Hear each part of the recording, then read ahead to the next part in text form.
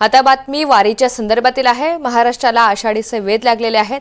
अनेक संतांच्या पालख्या पंढरीच्या वाटेवर निम्मा प्रवास करत आहेत। अशातच पंढरपूर नजीकचे पालखी तळ वारकरी भक्तांच्या आणि पालख्यांच्या स्वागतासाठी आता सज्ज होते। हिरवाईने नटलेला पालखी तळ हा पूर्णपणे तयार होत आहे। यंदा सर्वच पालखी तळांवर 75,000 घन चौरस मीटर इतका मुरुम टाकण्यात आलेला आहे। पाऊस जरी आला तरी भाविकांना कोणतीही अडचण निर्माण होणार नाही याची दक्षता आता प्रशासनाने सुद्धा घेतलेली आहे। याचबाबत पंढरपुरातील माऊलींच्या पालखी तळावरून अधिकची माहिती देत आहेत आमचे प्रतिनिधी संकेत कुलकर्णी।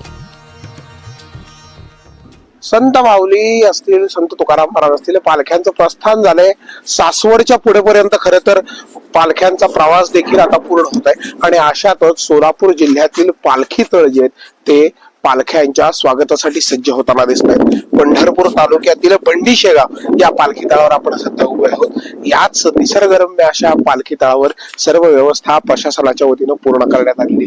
खरं तर हिरवाईने नटलेले हा जो पालखी तळ आहे या पालखी तळावर यंदा पालखी कट्टा असेल किंवा राहण्याच्या सुविधा असतील या सर्व निर्माण करण्यात आलेल्या आहेत। स्वच्छता देखील या पालखी तळाची वेळोवेळी पूर्ण करून ठेवण्यात आलेली आहे। विशेष म्हणजे यंदा पावसाळा जास्तीचा असल्यामुळे कुठल्याही प्रकारे चिखलाचा सामना भाविकांना करता येऊ नये यासाठी मोठ्या प्रमाणावर मुरमीकरण करून संपूर्ण पालखी तळ हा टणक परिस्थितीमध्ये निर्माण केलाय। त्यामुळे ऐन पालखी तळावर किंवा वारीच्या काळामध्ये पालखी आल्यावर जरी पाऊस आला तरी वारकऱ्यांना कुठल्याही प्रकारची अडचण येणार नाही अशा प्रकारच्या सुविधा करण्यात आल्या।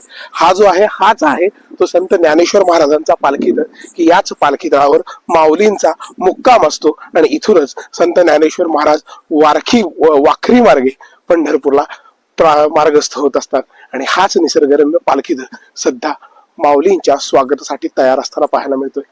व्हिडिओ जर्नलिस्ट राजू मिश्रा, संकेत कुलकर्णी, NDTV मराठी, पंढरपूर।